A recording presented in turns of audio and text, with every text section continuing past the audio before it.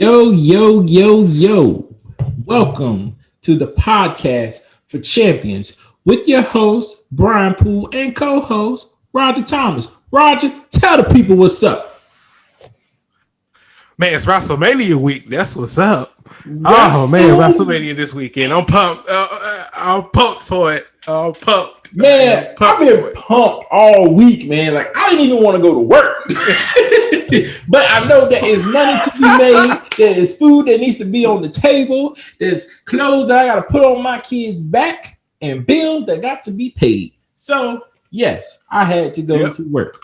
Day one of WrestleMania, we had Monday Night Raw. Even though they're not part of the WWE universe, but we got AEW, which had me very hyped up because Mike Tyson showed up. And then we had NXT Stand and Deliver Wednesday night and Thursday night. Yeah, everybody know all the takeovers is always classics. Always classics. Memorable moments. And they live on in your heart. And you just, this is too much to explain, man.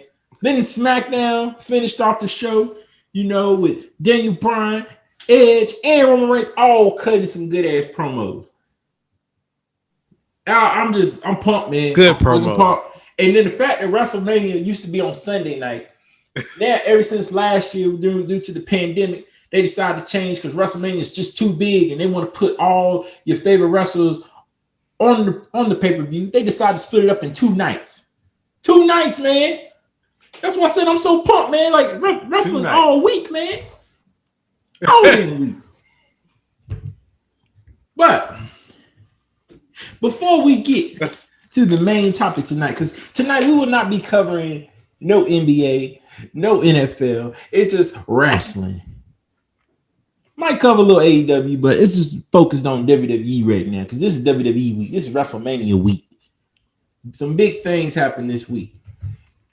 And usually the night after WrestleMania, everything. We always have debuts come back, legends come back, or people we ain't seen, but hopefully see them pump. But, I don't want to toot my own horn. You never know.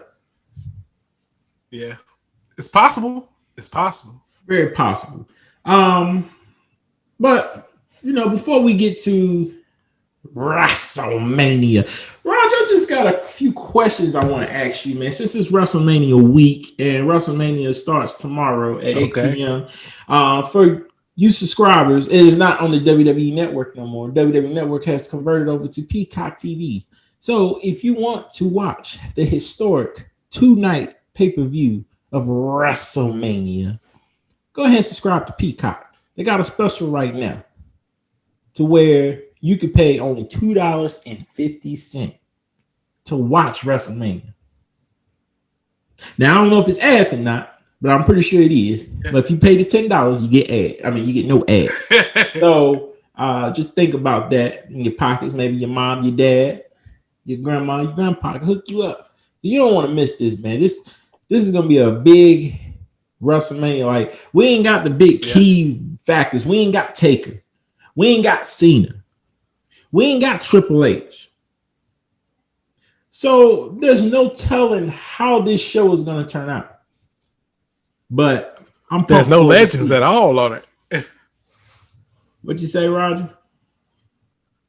There's no legends at all on it. No, it's not. It's now time to start building new wrestlers. Now, the only legend is, I guess, Shane McMahon. I guess you can call him a legend.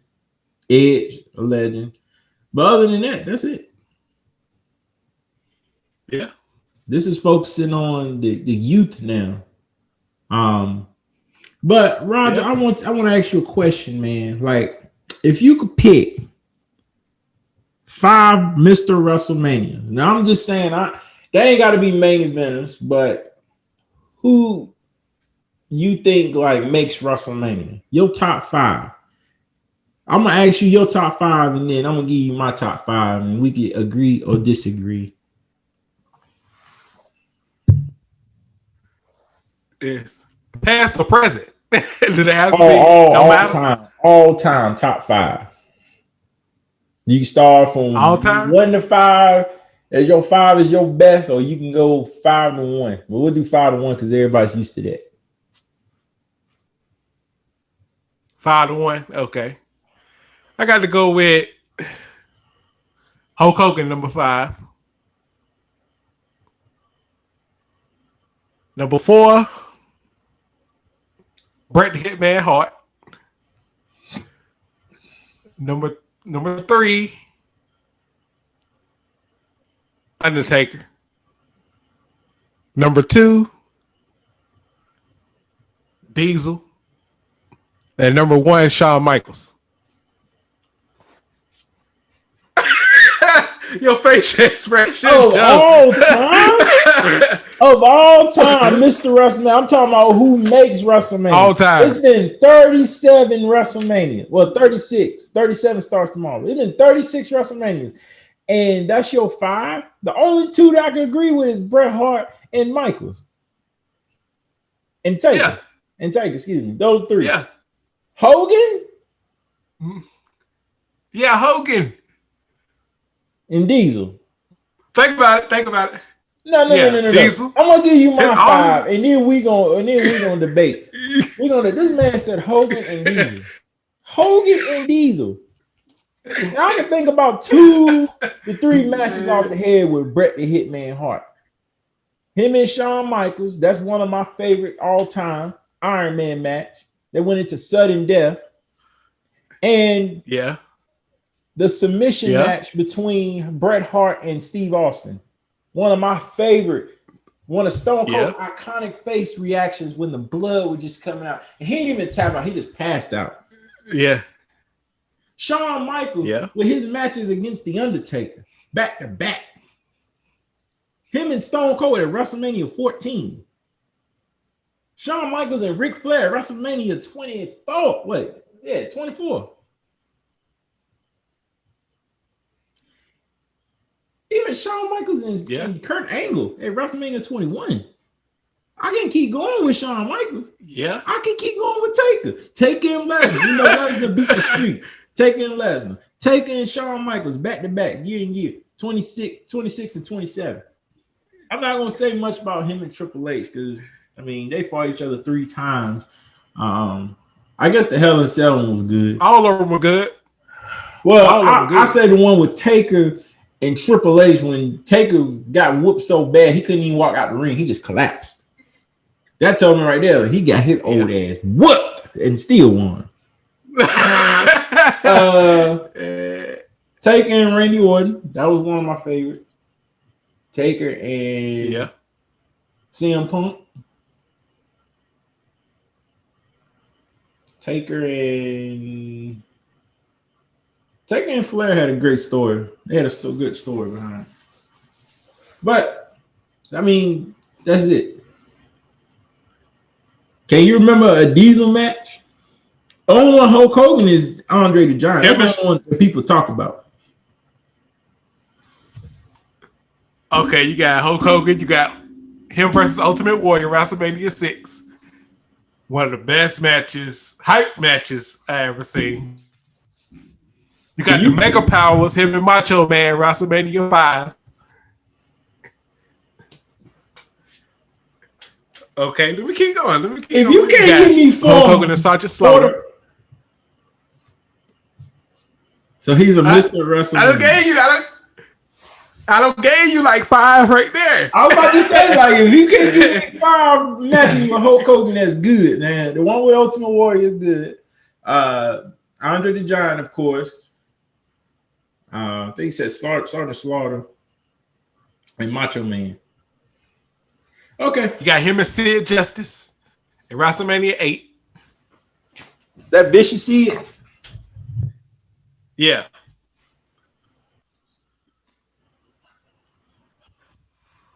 Okay. All right. I'll tell you what. Let me go ahead and give you my 5 Mr. WrestleMania, sir. All right. Go ahead. With number 5 on the list, I'm going to go with The Undertaker. I'm putting Undertaker at 5 because he got his ass whooped against Lesnar, and then he got number his ass 5. Number 5. If Taker would have just left it alone and not wrestled no more, he'd be fine. Since he retired, he ended up having 3 matches back to back. He fought. That's about right. Shane.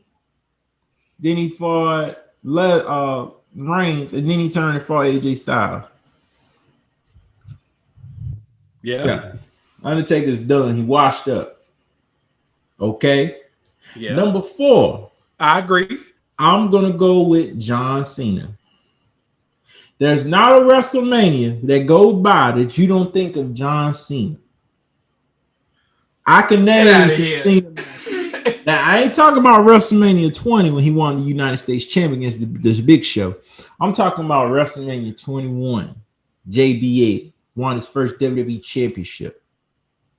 WrestleMania 22, him and Triple H. Classic. Yeah, John Cena versus Shawn Michaels. Classic. Well, John Cena. Hold on. John Cena versus Batista. Classic. John Cena versus The I didn't Rock. like that one. Classic. Yeah. John Cena, and people criticize this one, but I'm gonna say this one: Cena versus Randy Orton. When I think they fought, or was it? Yeah, Cena, Orton, and Triple H. That was a classic. Cena versus The Fiend. Even though people didn't understand it, but the fact that Cena was able to break character and do NWO and him returning back to his own self and stuff like that, like that's amazing. That's awesome. Yeah. So John Cena to me, without WrestleMania, John Cena even fought the damn Undertaker.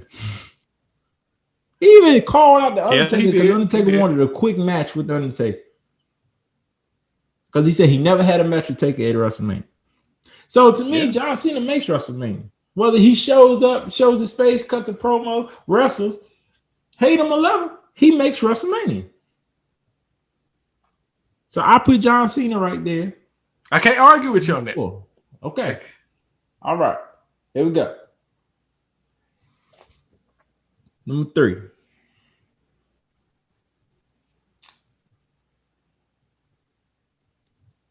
Stone Cold Steve Austin. Wait, hold on. Hold on. Yeah. Oh, one of the all-time greatest matches ever. Stone Cold and Bret Hart, like I mentioned earlier. Submission match. Stone Cold and Michaels, WrestleMania 14. Stone Cold and The Rock, WrestleMania 15. Stone Cold left, took a hiatus for WrestleMania 2000, which to me, that pay-per-view was okay, but a lot of people did not like it due to there was no Stone Cold and no Taker. WrestleMania 17, and I'm going to talk about this in our next topic. Him and The Rock with Vince McMahon. Strong angle. And Stone Cold. Mr. McMahon. Mr. McMahon, excuse me, Mr. Vincent Kennedy McMahon. Stone Cold switched to the dark side of the heel and pretty much put an end kind of the Austin and McMahon rivalry and joined sides. As Jim Ross said, he joined the side of the devil. He sold his soul to the devil. Yeah. And when we got Reckless Stone Cold, Invasion Stone Cold, to me was probably one of my favorite Stone Colds because he was just so fucking funny. Yeah. And I ain't gonna say much WrestleMania 18 because that was kind of BS in Scott Hall. But even when he retired, WrestleMania 19, him and The Rock again, one last time. And Stone Cold ended up retiring after that. So to me, Stone Cold is WrestleMania, man. You can't give me 10 good You can't give me 10 matches Stone Cold was in.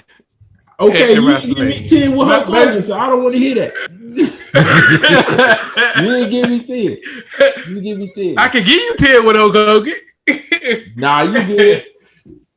I'm trying. I had them all lined up. I didn't write them down. I'm gonna go verbatim, like right off the dome. Number 2, I'm gonna say. Well, number 1 gonna be Shawn Michaels for me.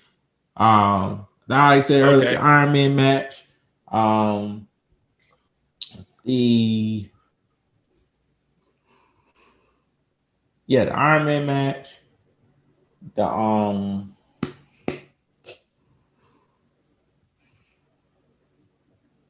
The 2 matches with Taker,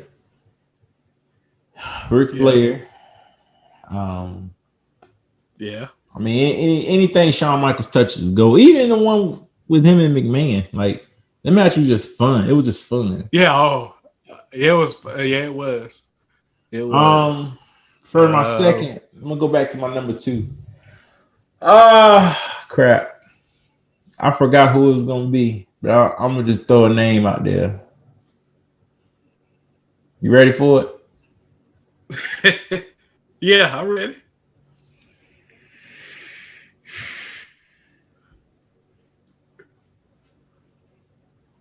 Randy Orton. Who? Who? Legend killer Randy Orton. No. Yes. No. Yes. Randy Orton. Randy doggone Orton, man. Randy Orton. Explain that to me. Randy Orton is the legend killer, man.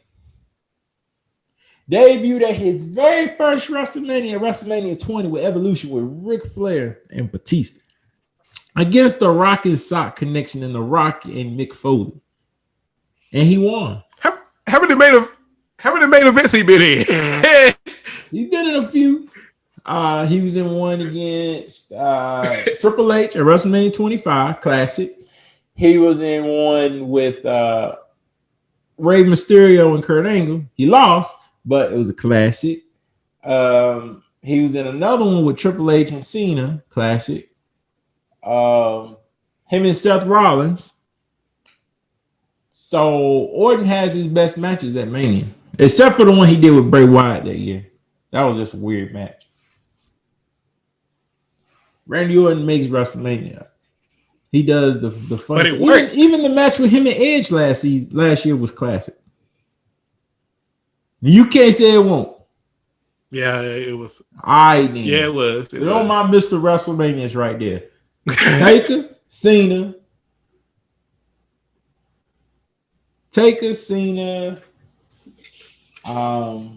Stone Cold, Randy Orton, Shawn Michaels.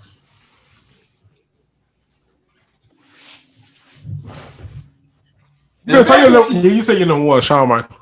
Number 1 is Shawn Michaels, man, because he even entitled himself as Mr. WrestleMania. Yeah. But the fact that you said Hulk Hogan and Diesel, you put Diesel at number 2. I'm gonna give you a chance to fix that, Roger. Do you want to fix that? Because I can't agree. I should have said Diesel, but I should have said Triple H. That's even worse. How's that worse? You can't give me 5 good Triple H matches at WrestleMania that he actually won or gave the crowd a good run. You didn't say? Except for the ones I named. You just say he had to win. Name some other ones. Give me 5 good Triple H matches. With the Ultimate Warrior when he was Hunter Hearst Helmsley. Okay, that's one. At WrestleMania? Mm-hmm. But him and Batista at, was it WrestleMania 35? 21. In New York? They fought first at 21, then they fought again at No. Yeah. That one. Wait, which one? Him and Brock Lesnar. Which one? What? You said Triple H Batista. Is it WrestleMania? That was not a good match. WrestleMania 21 or 35? With Batista. Both of them. No, the first one was better. Yeah. They got 35 was trash because they were both old. Then you got him and the no holds barred match with Brock Lesnar at WrestleMania. That wasn't a good Triple match. H came back. That wasn't a good match. It was a good match. No, it wasn't. The triple threat when Chris Benoit won the belt. Oh, I forgot all about that one. Yes, with Michaels and Triple H and Benoit. Yes, I forgot that one. Yeah, that's why Shawn Michaels is number one on that because Benoit won that, but that was good. Yeah, you had plenty, man. I mean, you can't not give him his just dues. He's always came through at WrestleMania. Entrance wise, yes. Fighting wise is up and down. I remember for a long time, Triple H had he was like one of the wrestlers that had one of the losing records at WrestleMania. Yeah, his track record is not very good. Yeah, like if you think about it, like WrestleMania, all the WrestleManias leading up, like Triple H won, lost. WrestleMania 2000, he won, and then since WrestleMania like 20, he lost like matches after matches after matches, and stayed losing. Like even up, I think he beat Batista, but that was it. And he beat Sting, but I mean, Sting was just, they didn't give Sting like a good match to warm up to. They just threw Sting. Yeah. Hey, you ain't gonna get Taker, but you're gonna get Triple H. We just throw you in there. So it is what it is. Okay, so next topic, I want to ask you a question. Top 5 best WrestleMania matches of all time. It could be main event. It could be, mid card.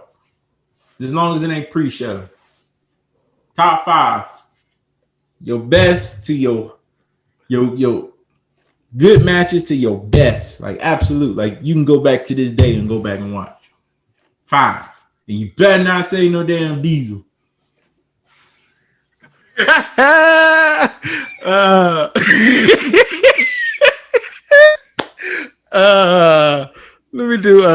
Let's do number 5. I had to say the rated R superstar Nick Foley at WrestleMania was 23. Edge and McFoley. The hardcore match. 22. Yeah. 22. Okay. Number 4. Hell in a Cell, Undertaker and Triple H.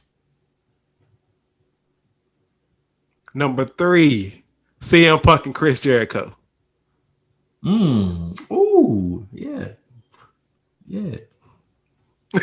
Number 2. Yeah, the best in the world. You're right. Number 2. Let's say Roman Reigns and The Undertaker.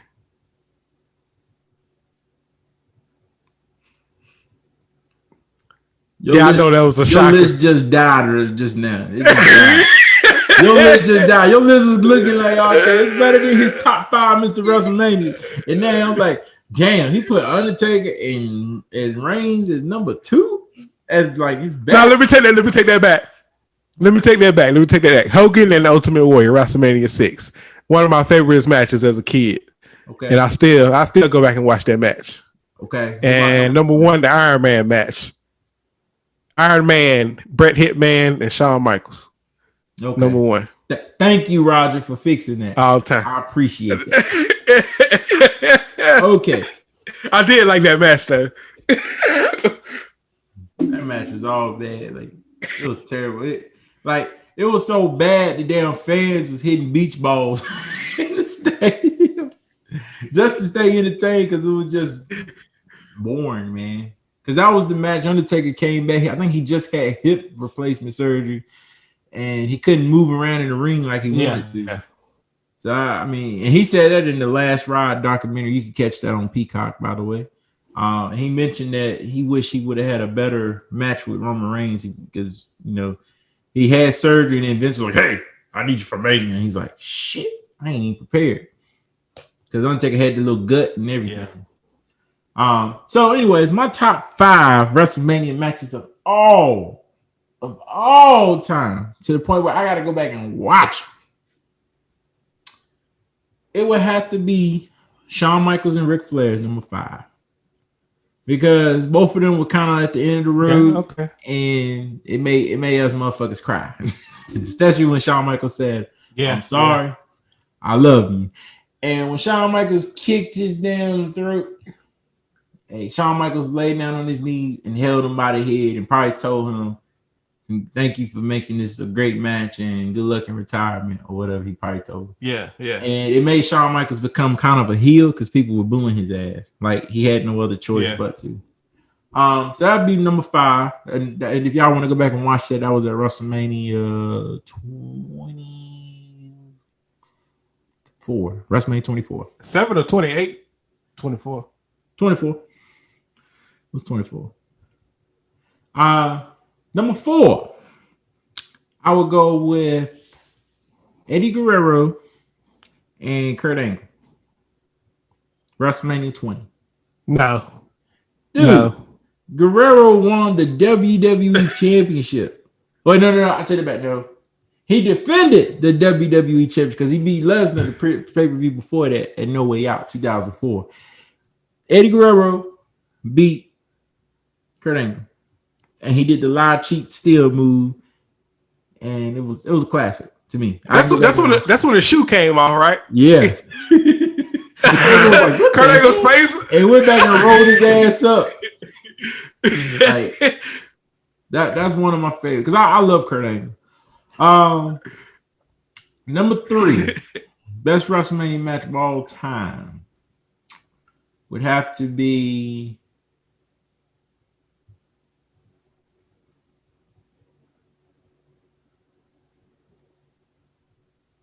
Stone Cold and The Rock. No, I'll tell you about. I'll tell you about. Shawn Michaels and Undertaker, WrestleMania 26. The second 25 was better. Yeah, but 26 had much meaning because if Shawn Michaels lost, he had to retire. Yeah. So he smacked Taker in the face.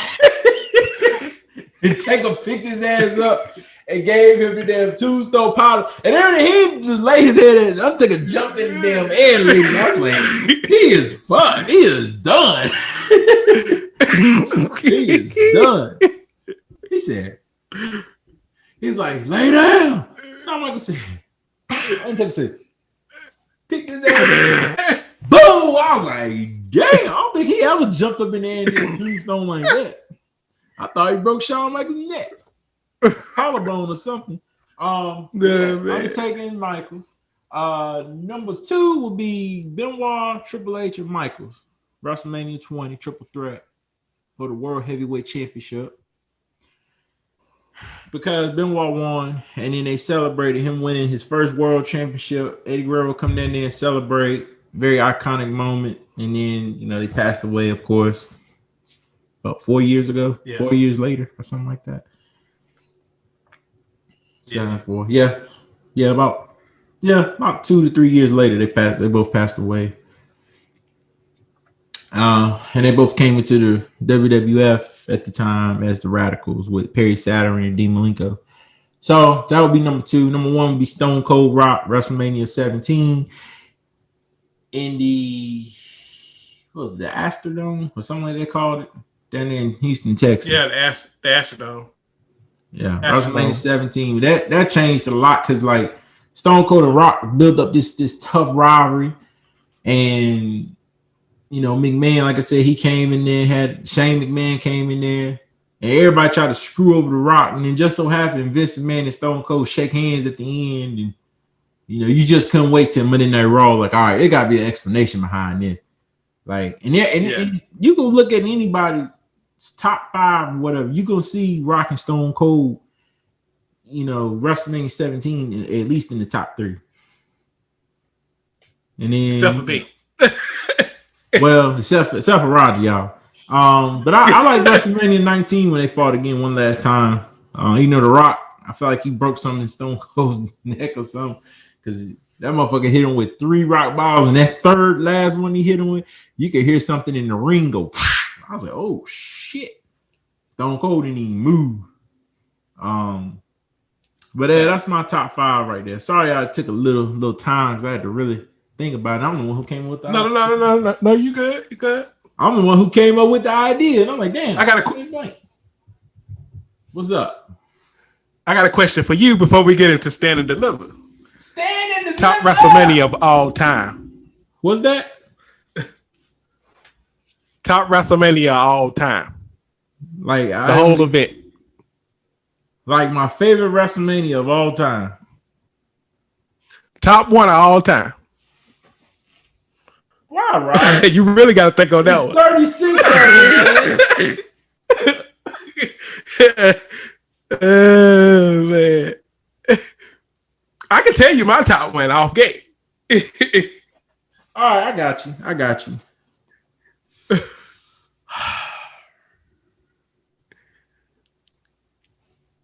WrestleMania 20, where it all begins again. WrestleMania 20? WrestleMania 20. That's a good pick. That's a solid pick. Because that's the pay-per-view. The Undertaker came back as the dead man and fought his brother Kane. Like I said before, Benoit and Guerrero, champions at the end. Cena won the United States Championship. What else happened at pay-per-view? You had the tag team turmoils for both Raw and SmackDown. You had Molly Holly get her head shaved by Victoria, who I had a crush on at the time.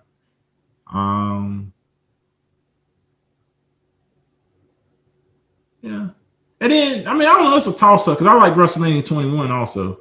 Because that was like the passing of the torch for the ruthless aggression era.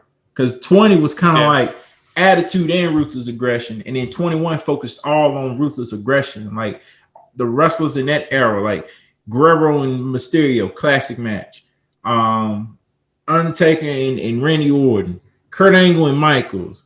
Cena and JBL. Batista and Triple H. Like, even Big Show fought in a damn sumo match.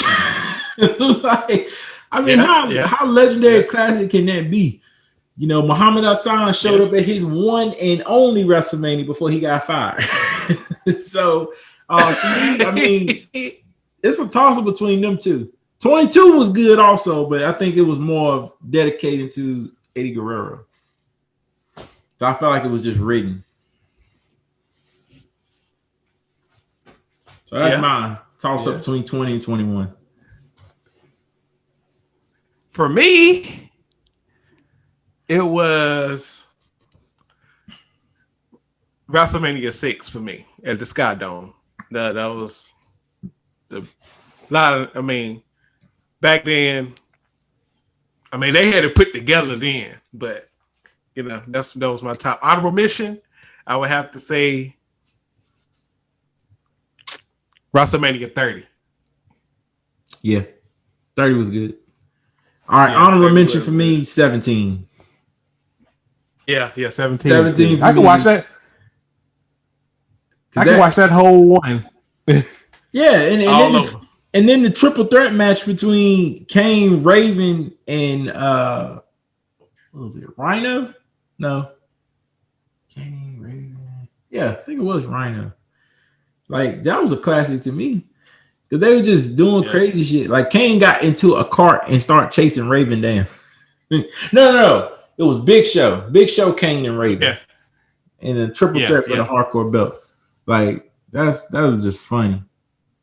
And 18 wasn't bad, too, because that was kind of like near the time of the invasion. So you still had, RVD and all them.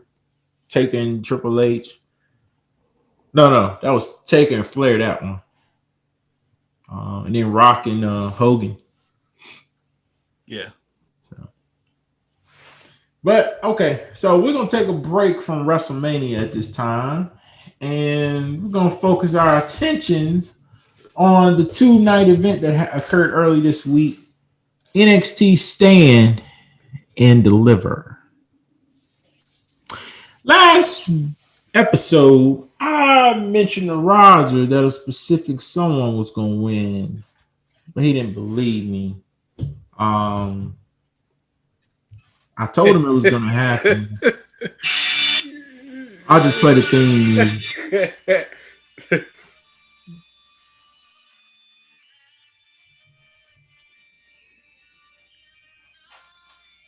Man.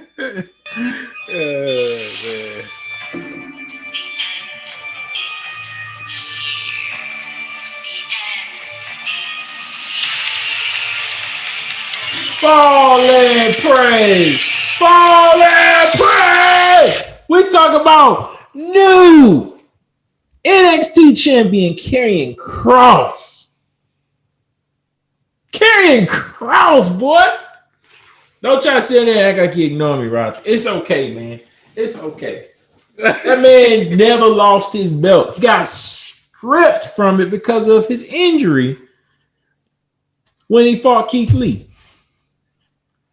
So this is how I see it, man. He's going to be champ for a long motherfucking time. And as long as he's champ, I'm happy because I get to see Scarlett come down there. She almost had a wardrobe malfunction. When she slid under there and he was doing all that little, she had to hurry up and look down and make sure her nipple won't show. You can see, I don't know if they cut that out, but she was like, she was making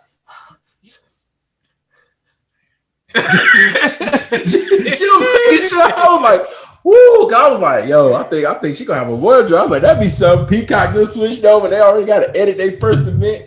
You know, they've already edited a lot of content. Which I'm mad about. Man, did you see the stuff that they've edited out already? Yeah, I have. They even edited out a girl in paintings. What? I watched a random episode of Raw at work last night. And it was Christy Hemme. They was doing like that diva search. And one of the girls just turned around. That's it. All she did was turn around. Nothing showing. It was just ass. And they got it. No censor. I know. I was like, this is TV 14. It's not TV PG. If it was PG, I understand. It's TV 14. You got to rate it TV 14 before I clicked on it. I even checked to make sure it was still TV 14. So we're getting a G-rated WWE network, and I hate it. Yeah, me too. But I still get to watch classic content, so I ain't complaining. Unless you got a VPN, you can get WWE Network. That's the only way that's going to work, ladies and gentlemen. A VPN overseas for WWE Network, that's the only way that's going to work because Peacock is only for the US, which is dumb. Yeah. But anyways, so back on to NXT Stand and Deliver. Karrion Kross beat Finn Balor, like I told Roger was going to happen. Raquel Gonzalez, her fine ass, beat Io Shirai, and Dakota Kai did not get involved. Shocking. I think Io Shirai should have kept that belt for a little longer. Honestly, I don't think Raquel should have won it that quick. I think her time should have waited. But it makes her look like a beast. So it make her look good. But who's going to beat her now? Dakota Kai. You think Dakota Kai is going to win the belt? Think about it. She got jealous and pissed off because Raquel got a shot at the WWE NXT Championship. When it was first announced, because she kept telling her to go after, let's go back after the tag team championship. So Io Shirai came out there because she needed an opponent for TakeOver. So she looked at front of Dakota Kai, past Dakota Kai, went straight over there to Raquel. Raquel got backstage and started talking to the interviewer that was interviewing her, asking her, you're going to be going to NXT TakeOver Stand and Deliver. How do you feel about it? And she was like, this is a great opportunity. And you can see Dakota Kai's look like it should have been me. Like, I don't know why she chose me. So you think she's going to turn? Absolutely. If it's not great angle. And she already turned on, what was her name? At NXT that year. Because Dakota Kai had that leg injury and she turned on somebody. Tegan Knox. Yeah, Knox. That's what it was. And she turned on her. No one seen that shit coming. So we already know what Dakota Kai is up to. So it's a matter of time, whether it's now or a few months later or a few weeks later. Could be Tuesday night. We never know. But I feel like that's what's going to happen. That's gonna be her next opponent. NXT. I think Io Shirai moving up though. I think. Yeah, and you know what? She could be debuting on Raw. You know, every time after WrestleMania, we always have somebody coming from either NXT or a legend come back or so. So it's a possibility. Like everybody tunes in the Monday after Royal Rumble and the Monday after WrestleMania because we always gonna see something good. Yep. Could be Lesnar returning. We don't know, but we'll get on that topic later. Okay, and so go ahead. At the Thunderdome, unfortunately. Because we're going to be live for WrestleMania. So you come purchase your tickets and group tickets and single tickets right now. Tickets are on sale right now. But there's more. We're going back to the Thunderdome Monday night. Like, damn. You could at least have Raw and SmackDown live and make up a whole lot of revenue and then be like, okay, now we're going back to the Thunderdome. Okay, whatever. Yeah. Oh, man. So we had Zoe Stark and Toni Storm fight. Got to see Toni Storm, boy. Zoe Stark won that. Pete Dunne and Kushida. Great match. Great match. Straight. It was all right. Bronson Reed match. He beat Isaiah Scott, Swerve Scott, Cameron Grimes. I was hoping he would have won. LA Knight, Dexter Lumis, and Leon Ruff to get an opportunity against Johnny Gargano for the NXT North American Championship. For Johnny Takeover. Johnny Takeover, and you know Johnny Takeover is going to win that. I thought Bronson Reed had it in the bag, but nah, not this time. Hopefully next time they fight. It's too early. It's too early for him. Win. Well, we thought it was too early for Raquel, but obviously it's not. Walter and Ciampa, great match. Walter ended up beating Tommaso. I kind of figured that was going to happen because I said if Tommaso wins, he's not a UK wrestler. How's that going to work? But I would love to see him go over there to the UK and fight like Joe Coffey. I love Joe Coffey. Hopefully he becomes UK champ soon. So Walter has now been NXT UK champ for 2 years now, straight. I don't know if that's a good thing or a bad thing because he is the type of person that will defend his belt. However, because of the pandemic, he wasn't able to defend his belt because NXT UK was out of work for like 5 months before they opened back up. I guess. Killian Dane and Drake Maverick won, and they'll get a future NXT Tag Team Championship against MSK because they beat the Grizzly Young Veterans. And that was Yeah, that was a great triple threat match. That was good. It was better than what I expected. Ember Moon and Shotzi Blackheart. I can't ever get her first name. Blackheart defeated The Way, Candice LeRae, and Indy Hartwell. That match was not good. Let's see. And the main event for night 2 was Kyle O'Reilly versus Adam Cole, 40-minute classic. Great match. 2 men Great match. Started the Undisputed Era and won championships. They had all the gold at one point, all the damn gold.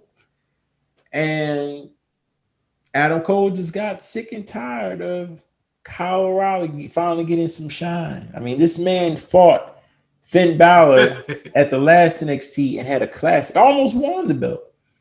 And Adam Cole just couldn't take it no more. He couldn't take the damn. But their styles are similar, though. They wrestle just alike, Finn Balor and Kyle O'Reilly.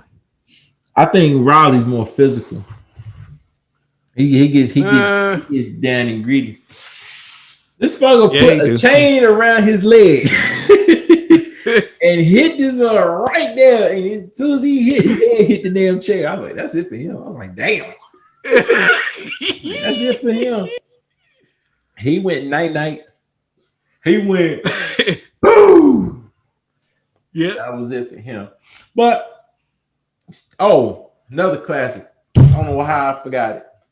Escobar and Devlin. Ladder match. Yeah, it was great match. Great match, man. I've been following Devlin for a long time. You know, ever since he was in NXT, he won the UK championship, and then he went over to the UK. And anytime he had a match or he gets on the mic, I just love to hear what he has to say because he cuts a great promo.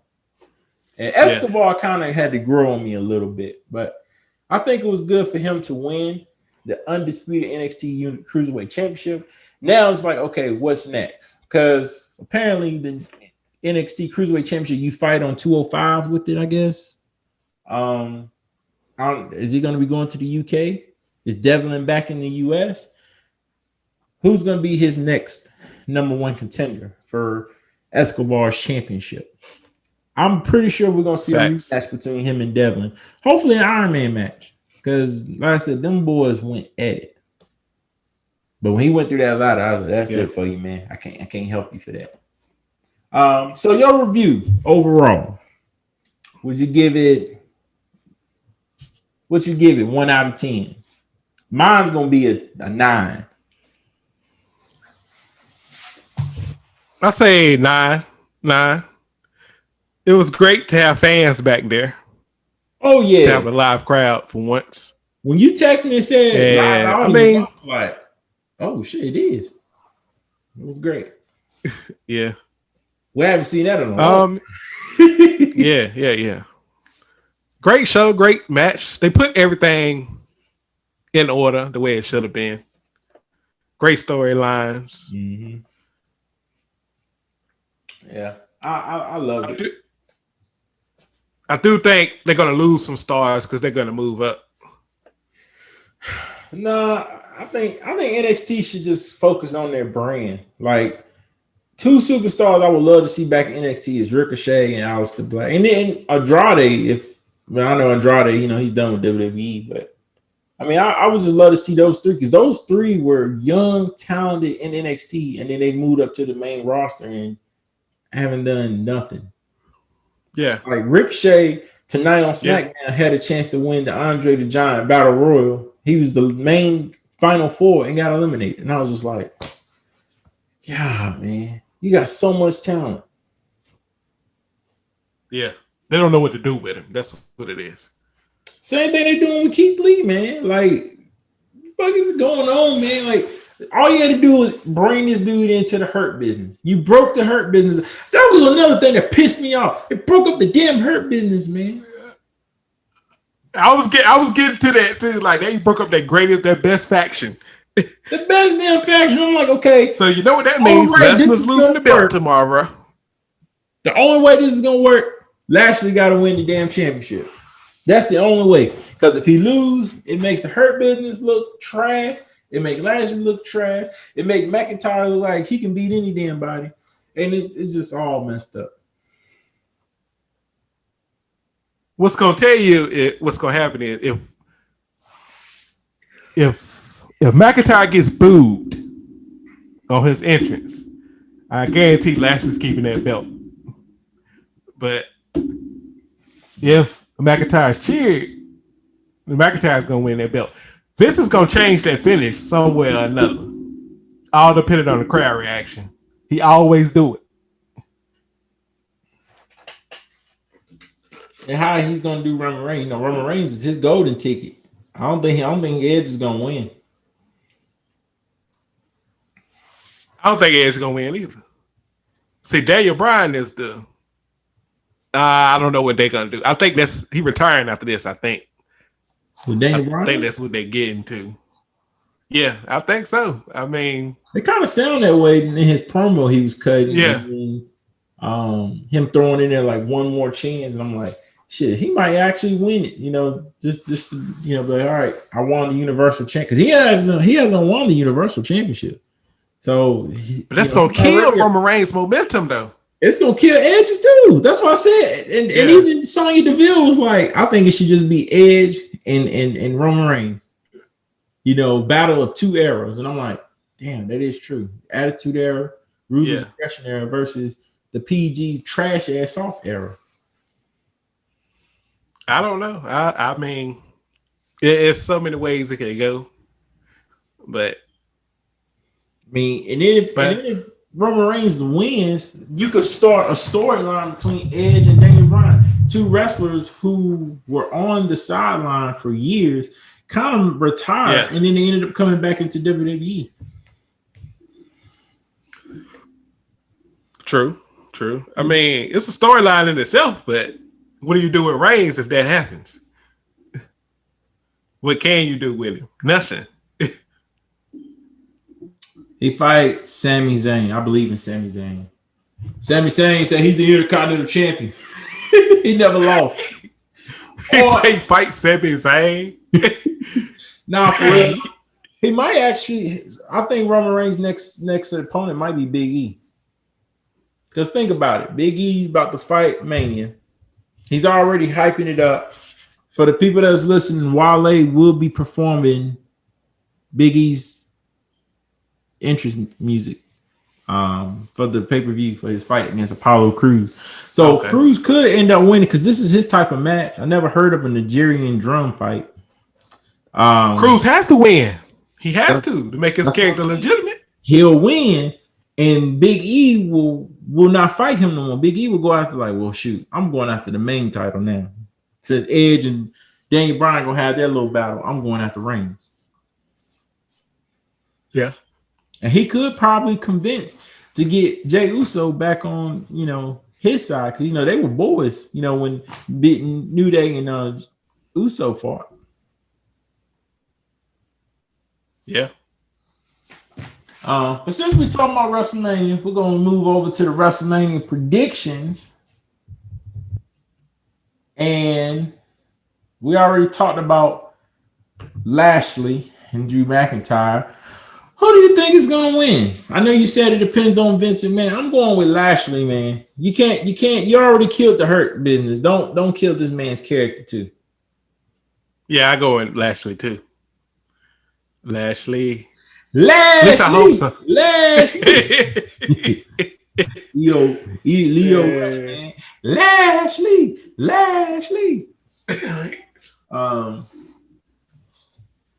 Next match. They changed it on Monday Night Raw. It's going to be Bad Bunny and Damian Priest, which I already figured that was going to happen, versus Miz and Morrison. Damian Priest and Bad Bunny. I just want to know what Bad Bunny's finishing move going to be. I think he should go away after. Damian Priest going to carry that weight in that match, so. You're a big ass dude, man. Yeah, I think Miz and Morrison gonna win. They're gonna cheat to win if they do. Ain't nothing wrong with that. All you gotta do is they're good for it anyway. Shit, that's how the Miz won the WWE Championship. He was the reason why I ended up changing my side plates on my belt. I ended up switching it back before the podcast because he ain't champ no more. I got Miz and Morrison. We got New Day versus AJ Styles and Omos, I must say. This is Omos's debut in a WWE ring. I think AJ Styles is almost Omos is gonna win. Domination. I think. What are they gonna do with this dude? Well, they don't have Big Show no more. Great Khali is in the Hall of Fame. Kane retired. Undertaker retired. Strowman is on Raw. So you need a monster on SmackDown. That's your guy. Yeah. I don't know what happened to that other guy when we talking about monsters. Strowman punched and knocked that dude out. They said he was supposed to be like the next big thing. And the Raw Underground. It was the very last Raw Underground they had. I think he's still in training. I think that's what it is. I believe. I hope he show up at Mania. That would they do that in a cage match. That would be so fun because Strowman knocked his ass out. The very last Underground because he was undefeated. And Shane was running underground. He was running it, yeah, and he was running that dude. So if that dude pop up out the ring, he got a plan. Man, if they do that, then I'm like, all right, I'm into this storyline. That's the only way that's gonna work. Yeah. And they gonna build a feud between them two. Otherwise Shane gonna get killed. Yeah, I think Shane all right. We're gonna that was actually the next match we're about to talk about. I got Shane winning. For that one, I got AJ and Omos. Because soon as he try to hit the Trouble in Paradise to Omos, he just gonna stand there. It ain't even gonna affect him. He just like.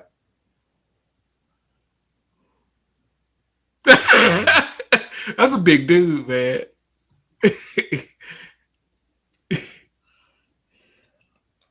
What's your thoughts? You think they're gonna win, or you think New Day will pull it off somehow? Nah, it's gonna be AJ and it don't make sense, but it'll be AJ and Almas. What about Strowman and McMahon? That's my thing on the Shane. Shane. Yeah, I think that guy gonna cut. This is the very first steel cage match they had at Mania. I don't remember a steel cage being at Mania. Nah, me neither. Why is it not Hell in a Cell? Yeah, it's just awkward to see a steel cage at WrestleMania. It was like, I don't think we've had multiple Hell in a Cells. Undertaker and Big Boss Man, Undertaker and Triple H. But this is my thing. I was hoping it would be like a no disqualification or a no holds barred where Shane can take a crazy bump. He always takes a crazy bump. How's he gonna do that in a cage? Strowman throws him off the top of the cage. Into what? Probably dumbass probably throw him over and he wins the damn match and not think about it. I don't care. I think Cesaro and Seth is gonna be a low key classic. Yeah. I like Cesaro. Hopefully Cesaro wins, man, because this man really needs a push. And I just feel like they just keep pushing him down. Like, just give him a very strong push. So we got the women tag team tournament. Hopefully this will be on the pre-show because ain't really no big names in it. Lana and Naomi, Dana Brooke and Mandy Rose, the Riot Squad, and Tamina and Natalia, and Billie Kay and Carmella. Hey, I'm kind of liking this team of Naomi and Lana. I'm kind of liking that team. I don't like Lana though. Why? What's wrong with Lana? I like her in dresses and heels. I don't like her as a wrestler. Oh, yeah. Okay, you got a point. But the other teams just don't fit though. Natalia and Tamina? No. I don't know what the fuck they be doing with Tamina, man. They just throw Natalia in anything now. I'm like, this woman is a heart. Yeah. Like, why do y'all keep putting her in these weird stuff? I feel like she should be going after the main title and just do work. She ain't got that execution like a heart though. I do see that though. No, she's very soft. That's why I hate about these damn reality shows, man. Like, you watch it and you start learning about it. Like, man, back in the day, they ain't had none of this, man. You feel like them motherfuckers hated each other. Now they're like, we all best friends. I'm like, then when they cut promos, y'all right? Yeah, it don't. But for night one, they got Sasha and Belair as the main event. I think this is the very first time we had two African American queens running a pay-per-view for the women's championship. Belair has to win the belt though. Belair's gonna win. Yeah, she got to. Because there's no point of putting it in a main event if she's not gonna win. That's how I see it, honestly. Hold on, I thought the belt was the main event though. I thought Lashley and McIntyre was the main event. No, not for night one. They confirmed it. That was tonight on SmackDown, or I seen it on Reddit. that they confirmed that. Oh, okay. From Stephanie McMahon confirming that would be the main event for night one. Would be Belair and Sasha Banks. That's gonna be a classic. And either one that wins, it's gonna look good. I feel like Sasha should win because this would be Sasha's very first main event WrestleMania match ever. But this is also Belair's first WrestleMania main event for the belt too. So it's like, damn, I don't know who's gonna win that. And Sasha been where's Bailey at? I don't know. I think she's been chilling.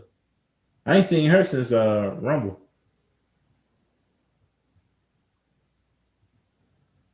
I don't know if you think she'll interfere. Nah. Her and Sasha over with, and her and Bailey pretty. I mean, Belair pretty much squashed Bailey, so they really don't have nothing in common to talk about anymore, unless Belair wins the championship and then they start a rivalry between them two. Yeah, Bailey grew on me. I didn't like Bailey at first, but she grew on me. Yeah. Well, I just feel like it's. I don't know. I like Sasha Banks, but I just feel like, maybe this is Belair's time. But then Sasha Banks probably like, well, it's my time because this is my very first main event. I don't know how they're going to play it. I'm going with Belair just because they got her as the main event. Yeah, I'm going. I don't think she's going to lose. Yeah, I'm going. The main event. Yeah. I think Belair. Yeah. Smart man, Roger. Okay, for night 2, we got Asuka and Rhea Ripley. I think Asuka's gonna win. With some help? No help. Well, not fans. I'm going with Rhea Ripley because she got robbed last year. She lost her NXT championship because Charlotte Flair decided to call her out. Yeah, because she said she never won it or she wanted to win it again or something like that. I think this would be Rhea Ripley's chance to gain her fans back and her success. Beat Asuka.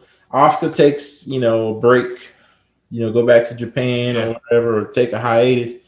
Then Charlotte steps in the picture and they recovet their rivalry again between yeah. Charlotte. And of course Charlotte would end up winning again. So I'm going with Ripley. What about you? Yeah, Ripley. I'm just not an Asuka fan anymore. I liked it until she went to WWE. NXT, she was beast. WWE that made her this. Yeah. No one's ready for Asuka. Okay. Fiend and Orton. Oh, you know who? What? You know who I'm going with. Did I hear Orton? You said Orton? Never. He's gonna get killed. I think it's gonna be the Fiend. I got the Fiend. Yeah. I don't know what crazy they're gonna do, but hopefully it's better than the match they had at WrestleMania 33. Hopefully. This match can't have no rules because it's not. It's just not gonna work. Like a regular wrestling match, nah, it's not. Nah. Well, if so, I think Orton will get squashed. Yeah. Because the Fiend is too powerful now. So this kind of gets his character back. But if Orton wins, it's gonna piss a lot of fans off. Yeah. You might well just get rid of the Fiend character. Big E, Apollo Crews. I got Crews winning. Just because I think Big E held on to the Intercontinental belt for 2 months now. So I think it's time for him to start going for that big title now. Yeah. Kevin Owens versus Sami Zayn with Logan Paul in the corner. And I don't know if you saw, well, you did say, tell me you saw SmackDown. His other brother, Paul, was in the promo. The same motherfucker that knocked out Nate Robinson. So I would love to see both of them knock Owens and Zayn out, or just knock Zayn out. Like, that'd be cool as hell. I think one of them. I think Logan will knock him out. Yeah, because in the match. I don't know if you've seen, but Sami Zayn got kicked. He left out the building, and then the building doors was locked. So he tried to get back in, and security was like, "Oh, you can't get back in." Yeah, I He see probably that. start something with that, and he probably just be like, "What? Bow!" And probably knock his ass out like Nate Robinson. That'd be great, man. Riddle and Sheamus, they added this on the card the following Monday after our podcast. Do you think that match should have been a triple threat match with Mustafa Ali, or do you think it should stay as Riddle and Sheamus? Riddle and Sheamus. I just feel like for Sheamus to be legitimate in the heavyweight picture, he has to beat Riddle. But this is Riddle's first WrestleMania, man. He's gonna go Bromania for the Bromanians. He needs to go back to NXT. That's what he needs to do. Bro, that's not cool, bro. I got bro nuts for you, man. You want some bro nuts? Riddle is awesome. He is awesome. Yeah, but they're not using him right. Well, they're making him sound like this high ass weed head kid that just smokes about a weed. And he's like, "Hey man, I just thought about me and you had this business proposal. Hey, we should go get bro nuts, man, or we should call ourselves the Brody Boys or something. But nah, you already got that. Or we could call ourselves the Hardy Bros. Yeah, the Hardy Bros." And I was like, why they doing this to Riddle? Riddle ain't do all this when he was in NXT. Yeah, and he could destroy half of that damn locker room by himself. He could. like my coworker told me, he said if Matt Riddle wants to fight Lesnar, if he ever gets in the ring with Lesnar or Goldberg, he will hurt him. Like he will legitimately hurt them. Because he's that. Because I mean he used to be an MMA fighter. So he knows some stuff. You know, if he wants to hurt you, he can hurt you. And that's why Goldberg didn't want to fight him. So we're like, nah, bro. But I was really hoping they would have intervened somehow at the Rumble or something. That would have been cool. So we got Nia Jackson and Baszler. They'll be fighting one of those tag teams in the tag team tournament. I'm not going to give my opinion on it because I really don't care about that tournament like that. Yeah, but I mean, I just hate it. I hate it for Baszler, man. Baszler should be just destroying the whole Raw. I mean, she's too good of a heel and too good of a talent to just, I mean, I don't know. Well, Roger, to answer your question, or your thoughts on Baszler, I seen an article where Ronda Rousey and Becky Lynch is supposedly returning soon. It didn't get a time frame, so the time frame I'm thinking is probably SummerSlam. Yeah. That will give Baszler some competition. We got Rhea Ripley on Raw. That'll give her some competition. Io Shirai probably going to SmackDown. If she is getting called up or they not. need it. Well, NXT is regular building female stars. And they keep putting these damn tag teams together. They don't make any damn sense. Like, why Finn coming back? Why'd you break up the Riot Squad? Like, I don't get it. Yeah. Like actual women tag teams and you breaking them up. Yeah. Peyton Royce saying Billy Kay is in a tag team with Carmella.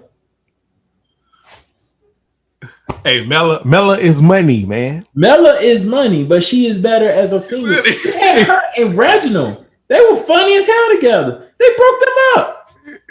Yeah. I understand that.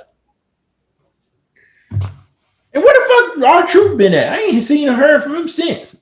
It's WrestleMania season. I ain't even heard or seen him. I'm like, all right, this motherfucker better show up at Mania with that 24/7 belt. And then Tom Brady ends up pinning him.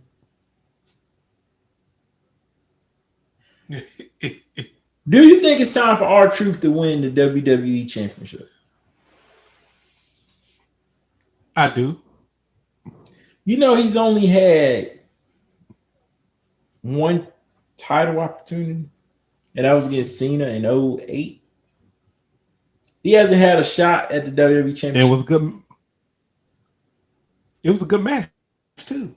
It was. He's a great heel, but they made him sound like this stupid ass character that doesn't make any sense. Like if you go back and watch Truth's promos back then, and then look at his promos now, they're more of comedy than him being as a serious person. Now, check this out. If Truth ends up going into, let's see, the Money in the Bank ladder match, and he gets his ass whooped, or they're having a good ass match, but nobody can claim the briefcase, Truth comes in there and takes the briefcase and wins. Technically, he wasn't in the match, but he got the briefcase, so he's the Money in the Bank. I would love to see Truth as the Money, or if two wrestlers are up there trying to argue for the briefcase, and the briefcase falls and ends up in R-Truth's hands. R-Truth is Mr. Money in the Bank. Yeah. Do you know how funny that would be every week that he's the Money in the Bank, and you just don't know when he's gonna cash in? And it could be like Goldberg or something. Yeah. In the hell out of Roman Reigns or something like that. And Reigns is laying, and all of a sudden you see Truth slide up under the ring. Or he goes into the women's match and pin a woman for the women's belt. Oh man. Yeah, he's like, funny. My bad. I thought this was the world championship. Like I'm saying, like if you're gonna keep R-Truth as this funny character, do something funny as hell that people ain't gonna think of. Or him winning the Royal Rumble, like he gets eliminated, and then like somebody like the Miz or something like, I won the match, and all of a sudden Truth just eliminates him, and he ends up winning the Royal Rumble. Then he goes straight to where he's like, I'm going to Mania. It's gonna be called Truth Mania. You know, like just do something fun. It's kind of hard. It's kind of hard to see what people gonna like when there's no audience, you know. I think when fans come back, a lot of things gonna change. You know, people gonna love Truth, man. I love Truth. He's a funny ass dude. He's been in WWF during the Attitude Era. He came back. He's been in WWE since middle of 2007, and has been with WWE since. That's what 10. About 13, 14 years. 13, 14 years. Why hasn't he had a championship? To me, it seems to me like black people who be in the business for over 10 or 15 years don't get title opportunities. Then when they finally get it, it's like a dream come true. Mark Henry. It took forever. It took forever. Yeah. Go ahead. It took forever for Lashley to get the belt. That's what I'm saying. Lashley, Kofi, Mark Henry. Booker T ain't even won. Well, I don't say Mark Henry. Mark Henry didn't win the WWE Championship. We've only had 3 black WWE champions. Yeah. That speaks volumes. Black person can win the Intercontinental Championship. They can win the United States Championship. They can win tag team all day. Cruiserweight. Yeah. But when it comes, and even Universal, World Heavyweight Championship. But when it comes to the WWE Championship, for some reason, they never give it to a black man. And then you count Roman Reigns as black? I count Roman Reigns as black. I mean, okay. I don't know. I mean, he's Samoan. I mean, yeah. I'm just like The Rock. Like people were saying, The Rock's not African man. He's Samoan. I'm like, to me, his skin tone is black. Yeah. Like, I just wish WWE would give opportunities to more black champions. Like R-Truth deserves an opportunity. Sheldon Benjamin deserves an opportunity. Whoa. Titus O'Neil, dog. He deserves one. I mean, he does a lot for the community. He doesn't even really care for wrestling, but he does a lot for the community in Florida. Yeah, and he's gonna be WrestleMania host this year with Hulk Hogan. Well deserved. But why can't Titus O'Neil just be the host? Why does he got to host it with a racist Hulk Hogan? Yeah, it's true. I ain't think about that. That WWE is forcing Hulk Hogan on us so bad. Yeah, he's just getting redundant. Like Hulk Hogan was there for Legends Night. Hulk Hogan was there for the Hall of Fame. Hulk Hogan is going to be there for WrestleMania this year. I mean, he already burnt his bridge, man. There's no coming back for that. I mean, yeah. Some of the wrestlers might forgive you, but some haven't. Yeah. Before we end this episode of the podcast for champion, we didn't give our last review on that last match. I got Reigns, man. I think I either got Reigns or Edge winning. I got Reigns. Yeah, Reigns. You can't kill what you got. I think Vince loves Reigns so much. Man. Vince loves Reigns so much. I don't see him killing him off that quick. I really don't. If he lose, it's no point to have Paul Heyman in his corner. Facts. Yeah. The tribal chief is upset right now. Yeah. Chief would like to speak to Adam. I don't say Adam Silver. Adam. What's his damn name? Adam Pearce. Adam Pearce. I was about to say Adam Silver. Shout out to Paul Pierce, by the way. Stay strong, my brother.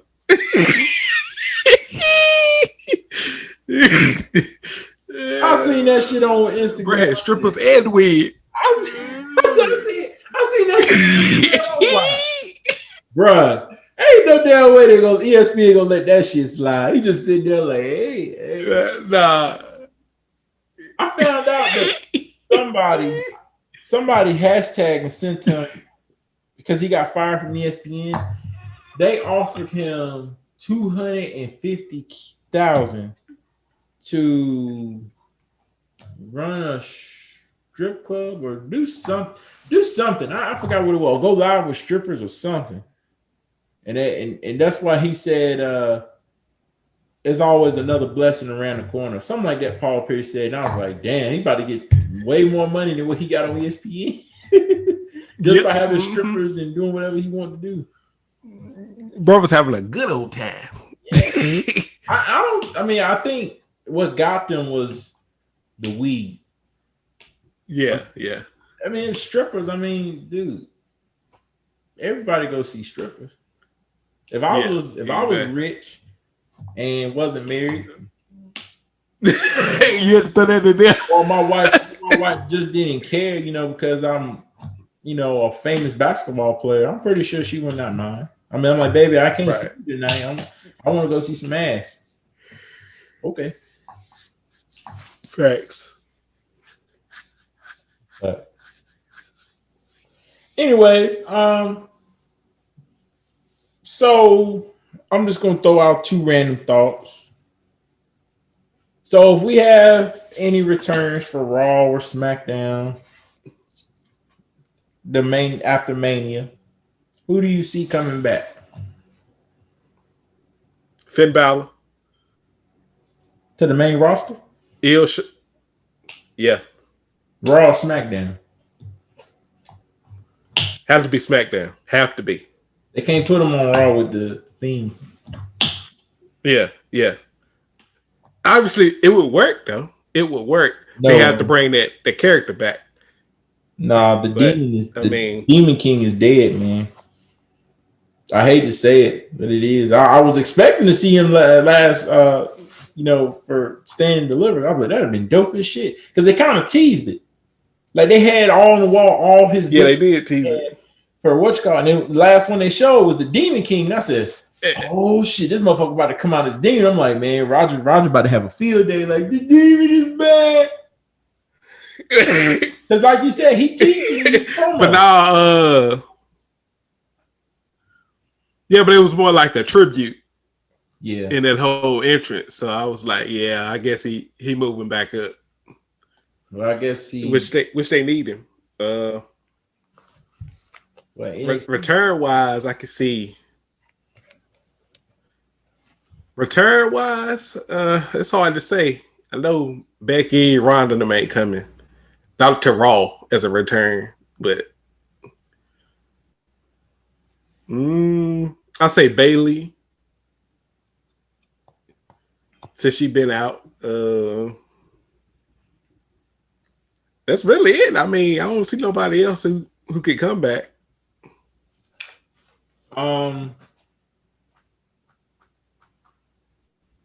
Usually at takeovers, when you lose the belt, that wrestler goes to the main roster.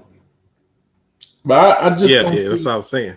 I just don't see Finn Balor going to the main roster, back to the main roster. You know what I'm saying? Like, he was treated so bad, and he was getting squashed and stuff like that. And what they did to him, the Demon, and then against the Fiend, it just ruined his character forever. And I just don't see him going back to the main roster and thinking like, hey, Finn, come on back to the main roster. This man gonna hook you up. But why would it?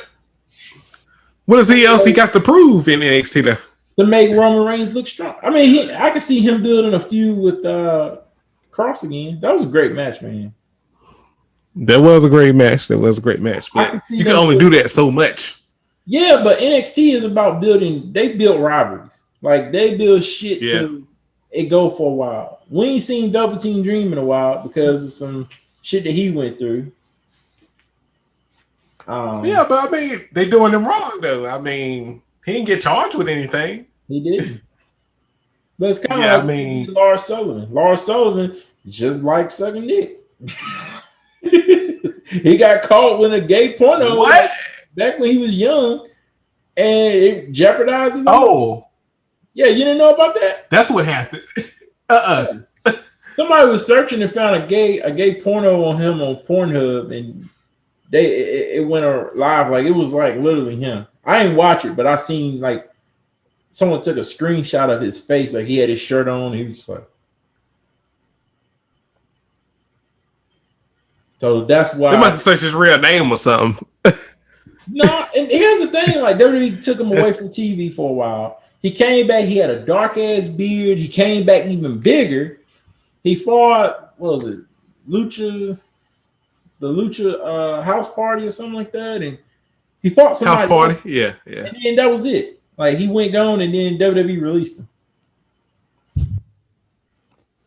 Like, he changed. I think he did something in the locker room. I think it was. I forgot what it was. I read it or something. But I think he had like mental issues or something. He couldn't deal with it or something like that. I don't know. I like them. But you got Aleister Black. I can see Aleister Black. He needs to come back. I think Aleister Black Aleister Black and Ricochet need to go back to NXT. Yeah.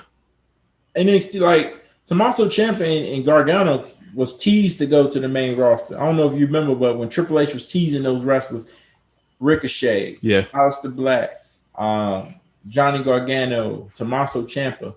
If you notice, two of those went to Raw. One of them went to Raw, one went to SmackDown. The other two stayed back in NXT. And that's because they said their heart and soul is into this company like NXT. Like, they don't want to go to the main roster. They rather stay where they're at and work with new talents and get them up there so they can go to the main roster. And that's why I think Finn Balor decided to go back. And I think Adam Cole, he's not going to go to the main roster. I think he's going to stay where he's at.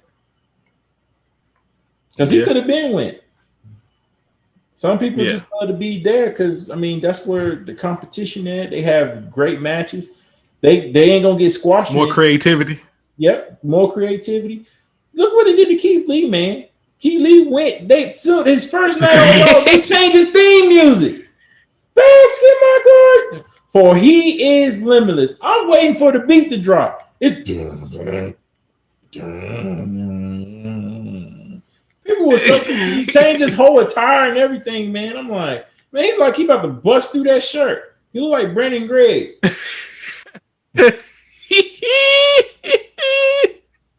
Like, why you do my man wrong like this, man? Why? Man, Whatever. funny. But legend wise, I'm gonna throw it out there. CM Punk.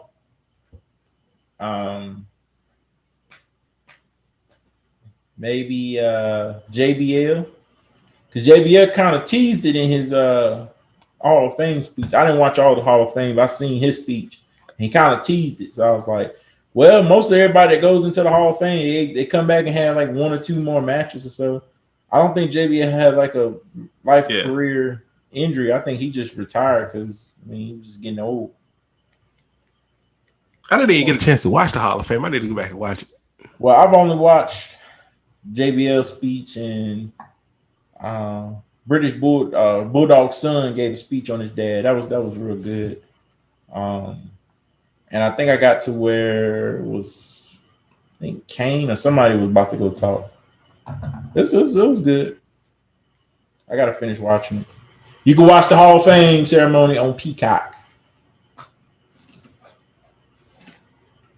Your thoughts on Peacock?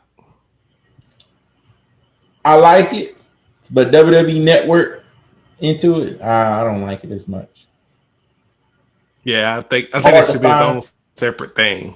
It's hard to find content. They still uploading stuff. They're editing a lot of shit.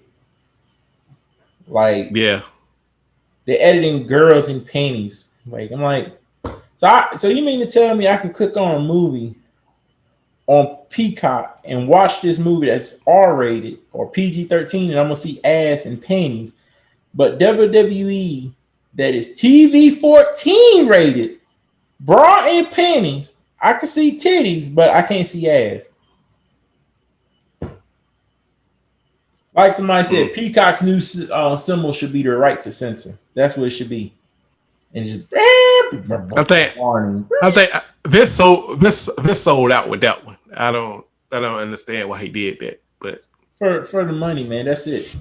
Peacock paid them. I think Peacock got the network for 3 years. I think I remember seeing 3 or 5 years, something like that. So it's a license thing. Oh, so he can take it back to what it was after. Yeah, he just. So it's a business. Yeah, that's all his business decision. It ain't permanent, but in this day and age, you never know. You never know. Well, I think we've entertained you guys for the last hour and a half. Roger, anything else you want to cover in this episode, wrestling wise? Any last thoughts? Looking forward to Mania. I seen the new set on YouTube, so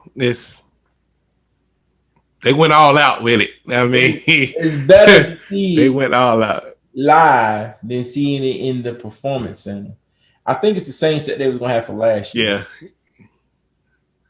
Yeah, I think they ain't spend no money on that. They just had that. That's why they went ahead and had it back somewhere. But I don't like the cardboard fans thing. I think this just makes it look tacky. I'd rather have empty seats than the cardboard people. I just think it looks. It looks. We know they're not real, but it looks good on TV, and it looks good when they pull the camera out, and then he'll be like, "We got a record-breaking 85,000 here at Raymond James Stadium. Half of them is cardboard, boy." Yeah. But I'm looking forward to all the entrances, what they're gonna be, the pyro. Yep. I know it's gonna be that. Since it's Peacock, they're gonna go all out with it. Got to. Man. I don't know how long each show gonna last. I think maybe 3 hours each night. 3 to 4 hours, yeah, at most. Usually WrestleMania all together is like 7 to 8 hours, and it's about what? It's like 6 matches each night. So 7 matches, 14 matches in all. So it's like an average WrestleMania, about 14 matches. So they all gonna be long length. Hopefully. I just hope. Hopefully, squash matches. Like Sasha Banks and Belair should go at least 20 to 30 minutes. Roman Reigns, Edge, and Daniel Bryan should go about 30, a little over 30. McIntyre and Lashley probably go about 15, 20. All the other matches is kind of honestly up in the air. Strowman and Shane probably be about 20 minutes. Because he'll be chasing around Shane the whole time.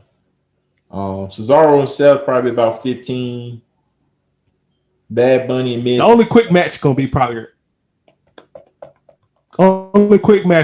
the Fiend and Orton. I don't see that going long. Just because of that suit he wears. That look like a hot ass suit. I'm sorry. Yeah, and he's in Florida too. But that's his. Not unless they modify it. I think that's what they're gonna do now. Modify it a little bit. Pre-recorded too, probably. Nah, they can't do that. Not with a live crowd. I don't see them doing that. Pre-recording it. Yeah. But I mean, I'm looking forward to it. It should be a good show. Oh, it starts at 8. If you didn't know, 8 o'clock. It's not 7. It's 8. Hopefully, all these matches are on the actual show each night, and we don't. Because for NXT, they didn't do any pre-show matches, which I like for Peacock. Because I was like, oh shit, pre-show on. They just pretty much fed everybody with promos and stuff for that hour. That's the way it's supposed to be. Now, because it's NXT compared to WrestleMania, it might be different. Hopefully, WrestleMania, all these matches, like if you are going to do one, put the women's match. I'm guessing that'd be like, the pre-show, and then now that turmoil match can't be on the pre-show. It's gonna take too long because it's like an elimination type thing. Well, hopefully still an elimination. Hopefully, the pre-show is just hyping up WrestleMania. Yeah, I hope so. Don't put Apollo Crews and Big E on there because that's messed up. Don't put Riddle and Sheamus, even though it is WrestleMania because it's the pre-show. But come on, man, put it on the main card, man. WrestleMania. Yeah. But that's all I got. That's all you got. That's all I got for the night. It is 12:59, 1 o'clock in the morning on the first day / night of WrestleMania. We thank y'all for tuning in to the podcast for champions. Hope y'all enjoyed the show as we hyped up and talked about nothing but WWE and NXT wrestling. Gave y'all our thoughts and predictions on the WrestleMania card. Gave y'all our review on the NXT Stand and Deliver.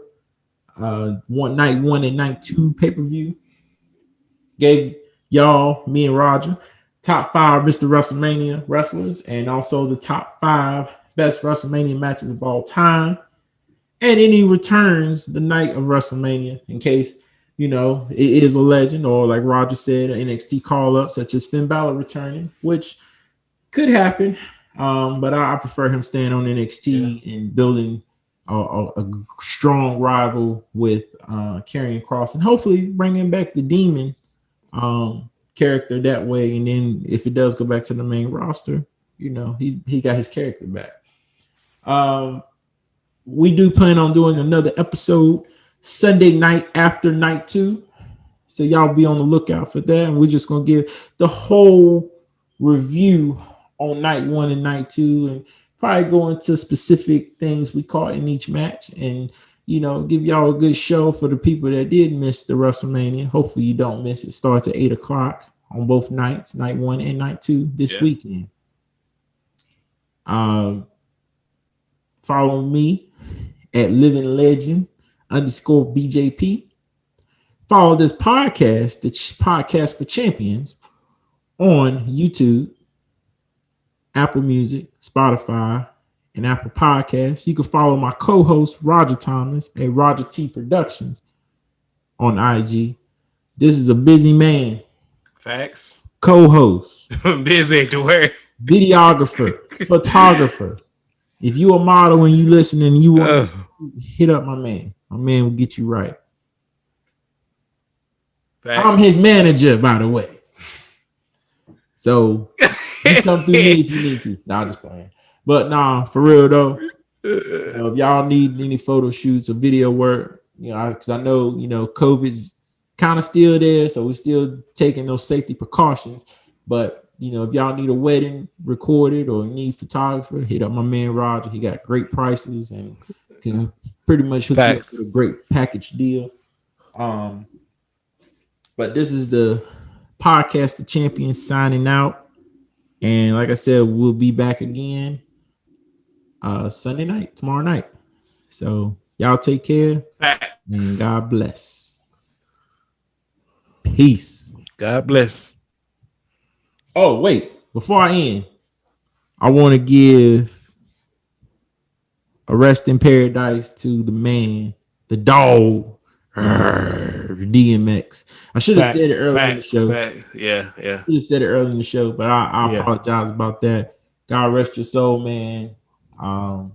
It was a huge contribution to my life growing up. If I couldn't get a chance to listen to Biggie and Tupac, inspiration.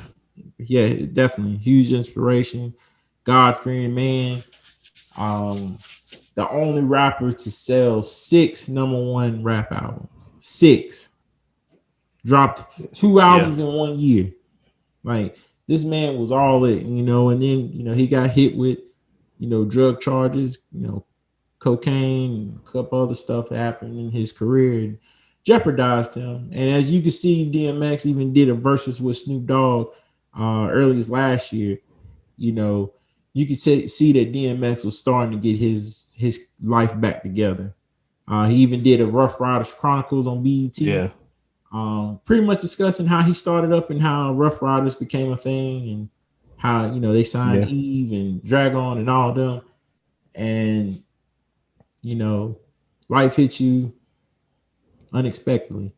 So, God bless his soul. God bless his wife, his kids, the whole Rough Riders, Def Jam family. I'll be praying for y'all. And just look at it like this. Just look at it like this. DMX is living peacefully now with himself and no more pain. Yeah. Great inspiration. And it's tough. I still got. Then there was X album. I still got it. Still listen to it. But prayers go out to him and his family. Y'all stay strong. He ain't never gonna die. Trust me. Not, and he's here in spirit. But yeah. He's here in spirit, and he's lived in all of us in our lives, whether it's him singing in the top 5 movie, Smile When Your Heart Is Aching. His funny movie, funny clip in Exit Wounds with him and Anthony Anderson trying to buy that car. Him and Romeo. Oh, me. Yeah. Call me. Him and Cradle to the Grave. Him and Romeo Must Die. What's the other movie? Never Die Alone. Belly. Like, DMX is always going to be remembered for some type of movie he's been in. His acting wasn't the best, but just him being in the movie was just so cool because DMX was being himself. DMX was one of those rappers that will always be himself. He never changed up. He never changed up his clothes. Every time you see him, he always had on the baggy pants, the long T-shirt, the chain. He never changed. He's always been the same. Yeah. And that's why I love him so much, because DMX was always real. And he'll let you know. Like he said on Power 105, fuck is Drake. Fuck Drake. Like, I don't fuck with Drake. Like, that's just the type of guy he is. Like, probably no disrespect to Drake, but he just like, I don't fuck with him. So, he just wanted, like, you never heard a fake story like DMX is this, DMX is this. Like you always heard like great inspirational things of DMX, and he's just a strong, great person. But I'm praying for him and his family, and better days will be coming. Facts. So as we end in podcast for champions, y'all stay safe, and Roger, I'll see you Sunday night, brother. All right, my brother. All right. 1.